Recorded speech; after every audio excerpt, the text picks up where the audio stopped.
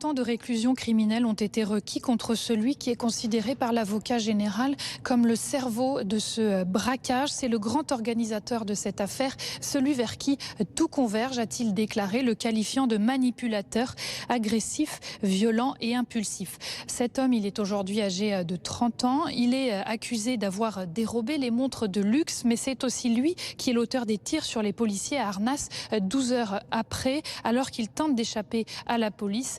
C'est lui également qui va prendre en otage une famille dans un pavillon à Arnas, maison dans laquelle il sera finalement interpellé. 16 ans ont été demandés pour son complice, celui qui a participé à cette séquestration, qui est aussi accusé d'une participation active à ce braquage, puisque pendant que ses complices sont dans la bijouterie, il surveille la rue avec un fusil d'assaut dans la main. Dans la bijouterie, il y a aussi un deuxième homme qui fera d'ailleurs usage de son arme sur un des employés qui miraculeusement n'a pas été touché puisque la balle a ricoché sur son portefeuille.